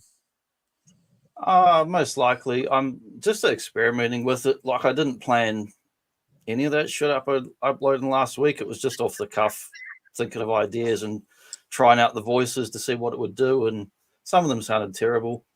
I want to do like a War of the Worlds style radio play and intercut a whole bunch of different voices and stuff. But I'll do that over like a couple of months, and I'll probably make them into little like 5-minute things. And then when it's done, make it like a 30-minute final upload. But that's something just to tinker with in the background.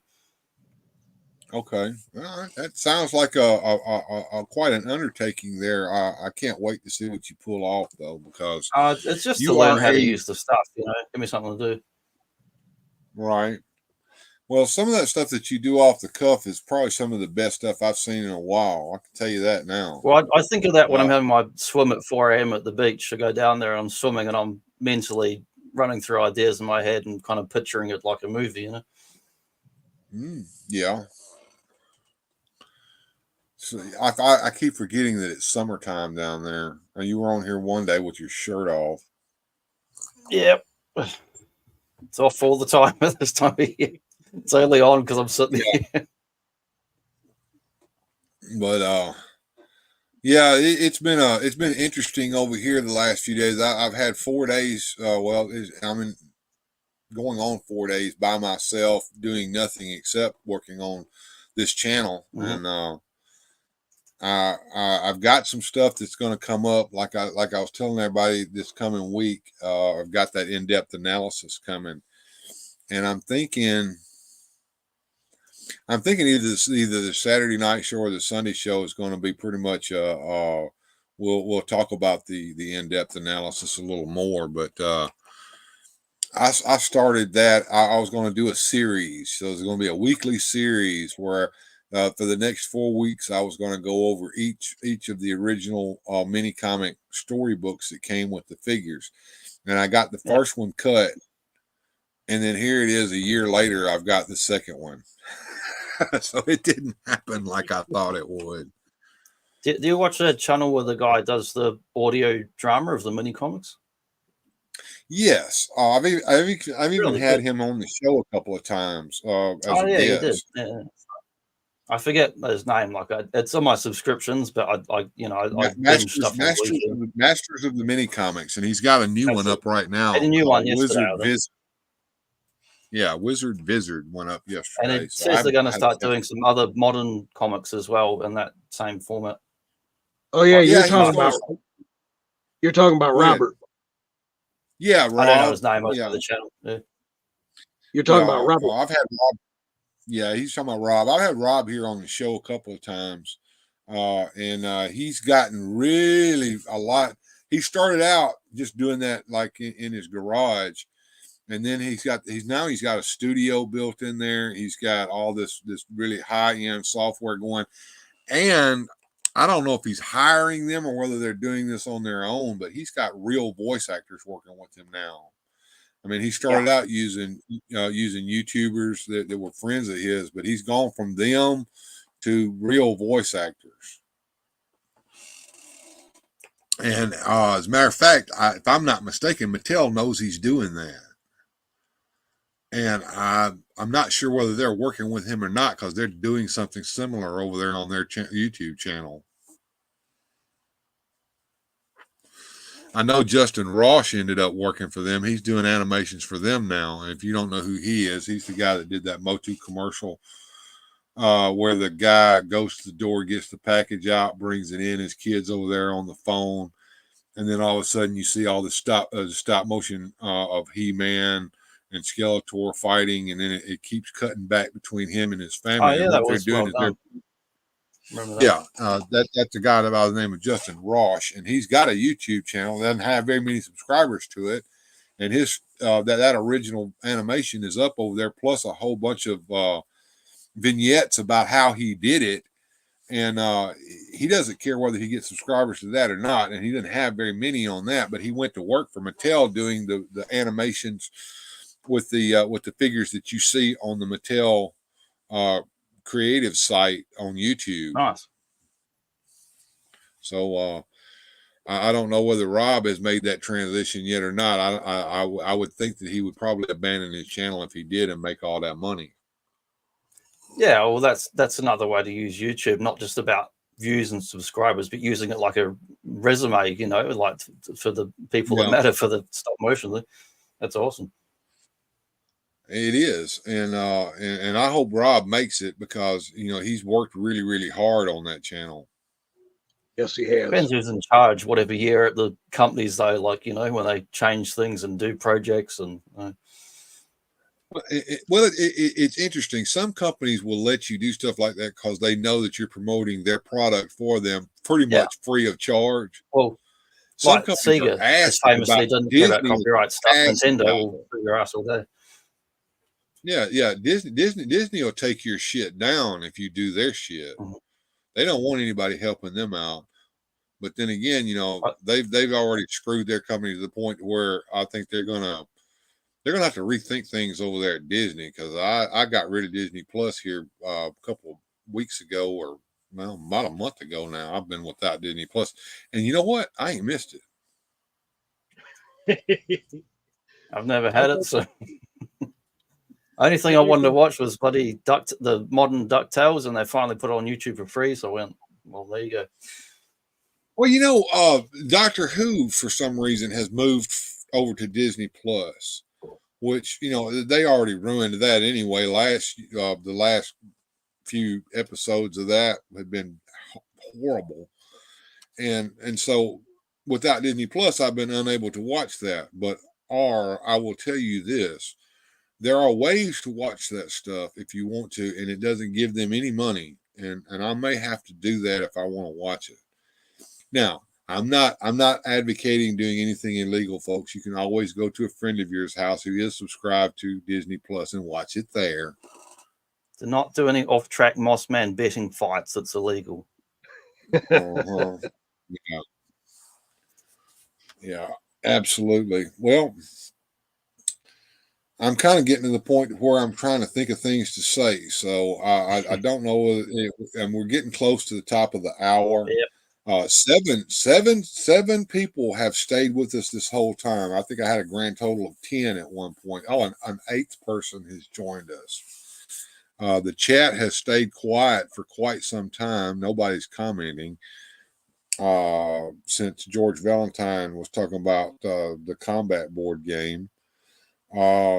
Nightbot has come along and told you how to tip me on Streamlabs if you want to send me money directly.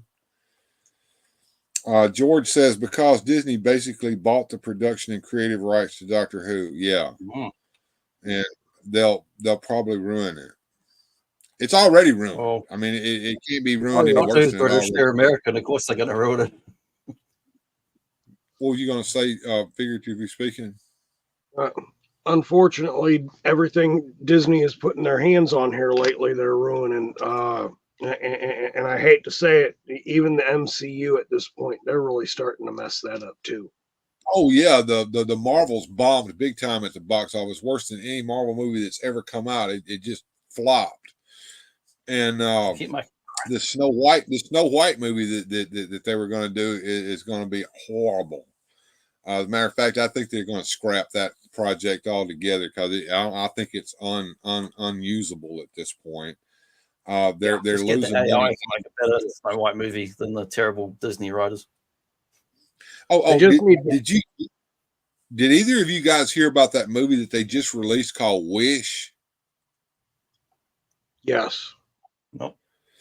Well, it bombed, and then I found out from another source, and that originally that movie was supposed to be about how the song "When You Wish Upon a Star" came about. It was supposed to be something for Disney's anniversary, and it was supposed to be something really, really great. And then all the animators quit and all the talent quit and left nothing but the blue hairs in charge. And the blue hairs turned it into something totally different and ruined it. And then below me sits a man who is a parent of small children. Correct me if I'm wrong, because I don't have any small children anymore. And if I did, I would do this. Nobody trusts Disney anymore, and they don't take their kids to see Disney movies. Pretty much. True. Yeah. Black Phoenix still with me. Good deal, Alex. And yeah, he's right. They don't have any creative control over Doctor Who, but here's the deal. The ones who do, they're the ones that ruined it. Chris Chibnall is the main one. And so Russell T. Davies was brought in because Chris Chibnall had thrown everything in the toilet, and they thought, well, we get Russell T. Davies back. He's the one that revived it in the first place. He can bring us back out of this. Well, Russell's mind is gone too because he's not changing anything Chibnall did. He's just doubling down. Which looks like every single Disney movie since Frozen, same storyline over and over and over again. And George says, as far as I know, the 3 specials, no news outside of the specials. Well, you know, the Thanksgiving special dropped on Thanksgiving Day, if I'm not mistaken. And there's going to be 2 more specials with David Tennant in it, because they brought him back too to try to bring this thing out of the dumpster. And then Chudagawa, or however how he pronounced it, Shudigawa, or whatever his name is, however he pronounced his name, Shudagata, or whatever his name is, he's going to come in, and that could be good, but I don't think it will be. From what I've seen of it, he's going to change costumes left and right, and he's going to be like Soul Man Doctor Who or something. I don't know how that's going to work. You got any thoughts on that there, figuratively speaking? It depends on, to me, I think it really depends on how much control Disney is going to allow him.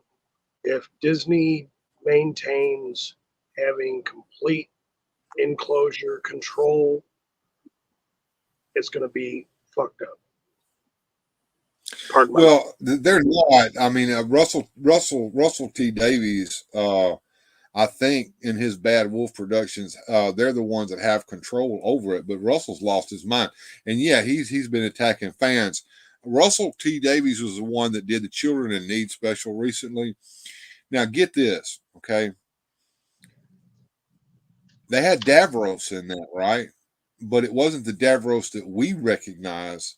It wasn't the Davros in the Dalek chair, the one that was all scarred in the face and everything.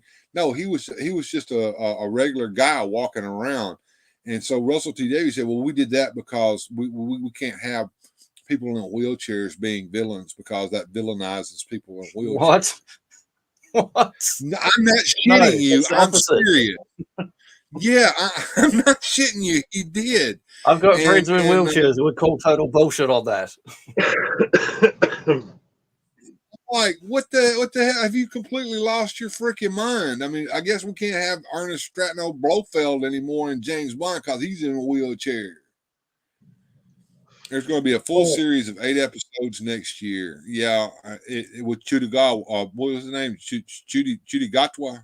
Is that how? Am I pronouncing his name right? Chudigatwa or something? Chudi Bang Bang? He's got a weird name, and it doesn't pronounce the way it's written and everything. It's weird, but nothing against him. I don't know who he is. Is he a comedian? I don't know. But he's a black guy. I don't care about that. What I care about is the writing and how it's going to work out. The actor is immaterial. I'm an old school fan. I've been a fan of Doctor Who since Tom Baker days, and I really got into it when they started showing the old John Pertwee episodes, and John Pertwee became my favorite Doctor. And I've even subjected myself to all of the black and white episodes of William Hartnell and Patrick Troughton. And I've watched all of Doctor Who from the first episode all the way to the last episode that Peter Capaldi did in order over a 2-year span of time. I'm probably one of the biggest Doctor Who fans that there ever was, and they've lost me entirely with that last season of what was her name? I can't even remember what her name was now, and that's the bad. Anyway, every time a new Doctor comes along, this has been that way ever since the beginning. We hate them at first, then we love them but by the time it's time for them to regenerate into the next one, and we're going to hate the one after them until we love them again. It's always been that way, except this last time. And it wasn't her. I don't think it was her fault. I think it was the writer, Chris Chibnall, the production guy, Chris Chibnall. I think it was his fault. He ruined that. Jodie Whittaker. Thank you, George. Yeah, and here we go. Black Phoenix coming. Ncuti Gatwa. So the N-C-U-T-I is pronounced Ncuti. The Gatwa is pronounced, I guess, phonetically. So Ncuti Gatwa is going to come in, and he's going to be the first black Doctor Who. Well, that's immaterial. That doesn't have anything to do with anything. But if the writing is not spectacular, it's going to be Jodie Whittaker all over again, just with him in the role. It doesn't matter who's in the role. Wasn't that the same thing that happened? Wasn't that the same thing that happened when they did the new Dark Shadows?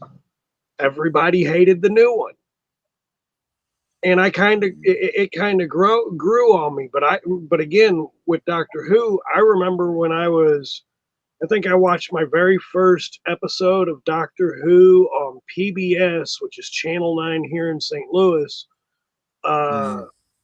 back in the early 80s. And that was pretty much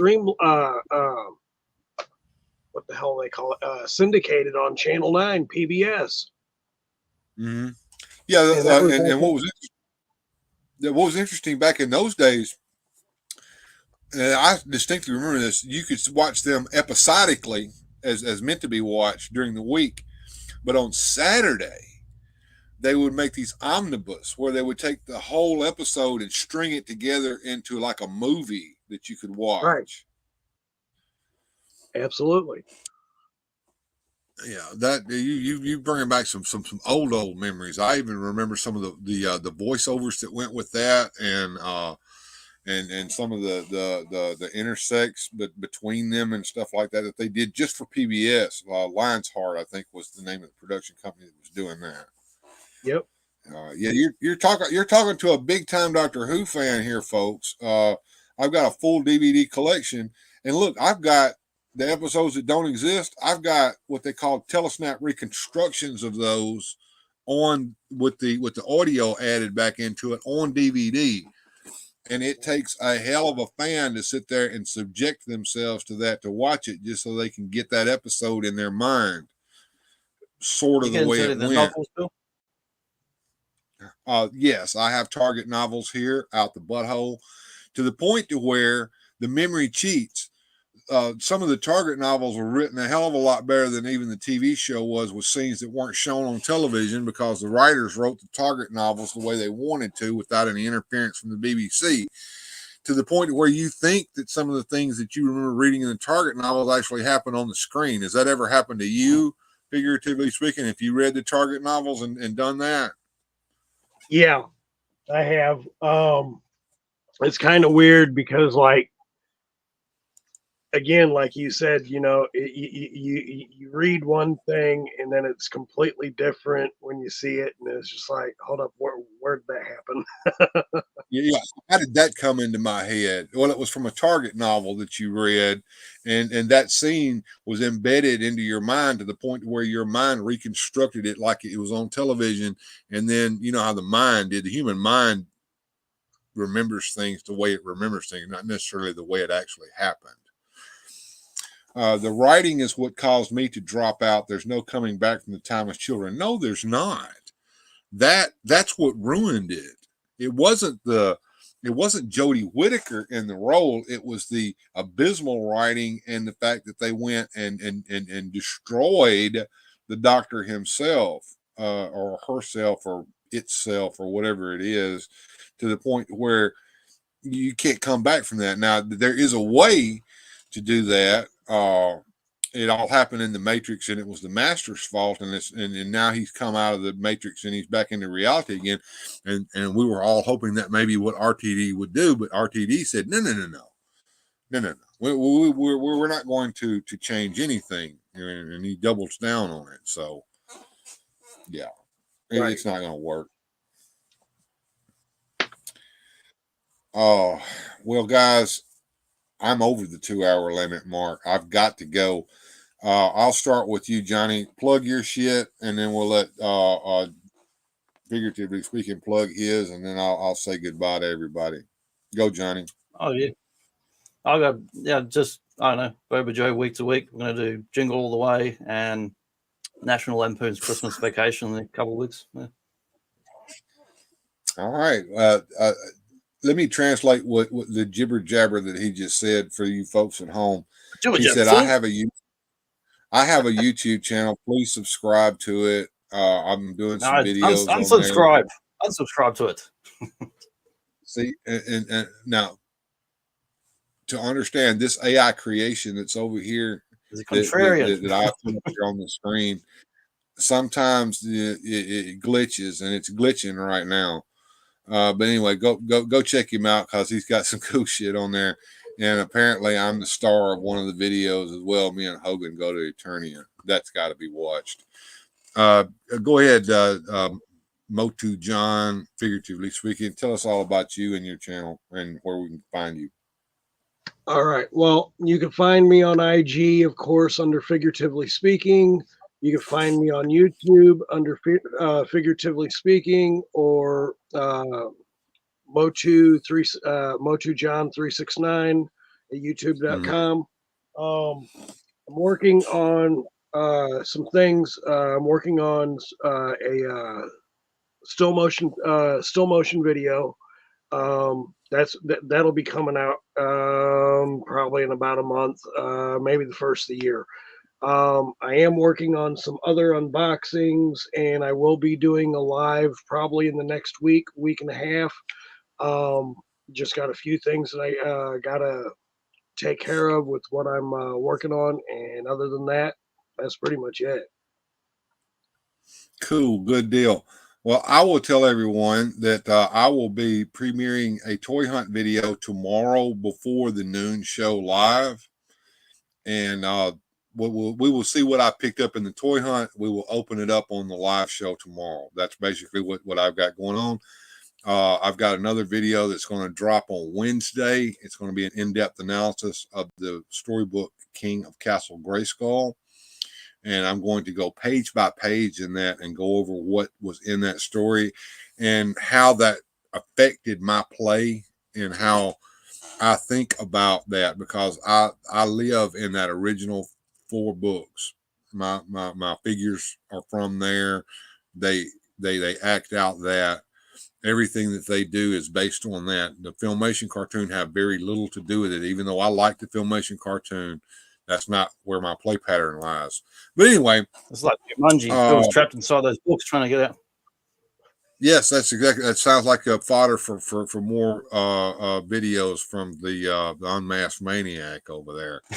But anyway, in the meantime, I'm still over here grinding away, trying to get subscribers. I got another one tonight, so I'm about 140 away from 1,000. If you are not subscribed, please do subscribe to this channel. If you are subscribed to it, make sure you like all of my videos and watch as many of them as you can to keep my watch time hours up. Share them to other people. That way, if you share my videos from YouTube to Facebook to X, formerly known as Twitter, or all these other places where I'm probably not at, it will help me, because YouTube doesn't promote me anymore like they used to. I'm shadow banned like a son of a gun, so I probably I need some help to get that algorithm back hopping again. Yeah, I also have yes, sir. I've got channel memberships open if you want to become a channel member and help out, knowing that in the future I'm going to have a gaming PC in order to do what I do, just for the power. I can't afford that. I have a Patreon if you want to do that. If you don't want to do that, you can go to Streamlabs and there was links all over the place for that. So you can go over there and tip, and those tips go, all of that goes into the same place. It goes into a savings account. When that savings account gets up enough money to be able to afford me to buy different equipments and stuff, I go into that. The Patreons and channel members will get an invoice where I show them what I'm buying with the money that they've been donating. Super chats help. Super likes help. I haven't yet got a super like, but if you watch a video of mine, if you look on the computer, I don't know if it does this on the phone, but on the computer, directly underneath the video, there's where the like button is, there's a little heart with a $sign in it. If you click on that, you give a super like to the channel, which means that you can give some money to the channel from that video.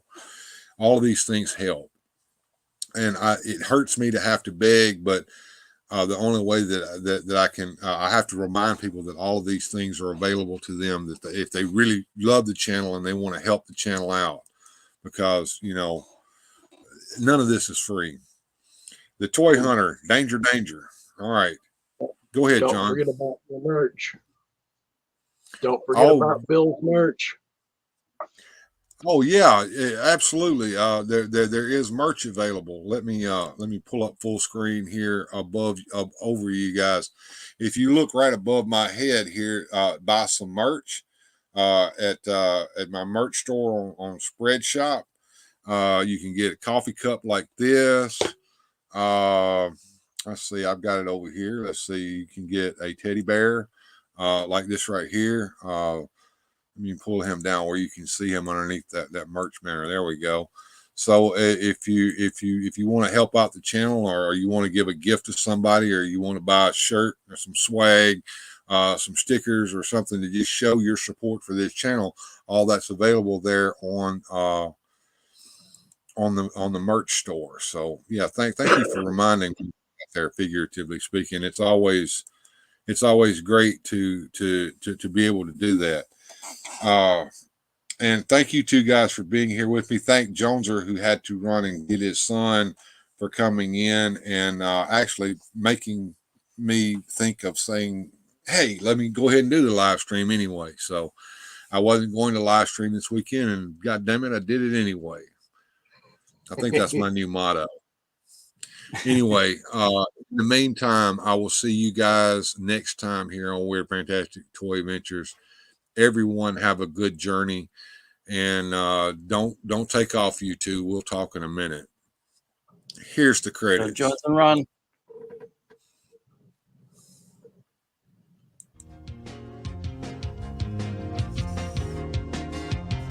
Special thanks to the channel supporters. Without your help, these adventures would not be possible.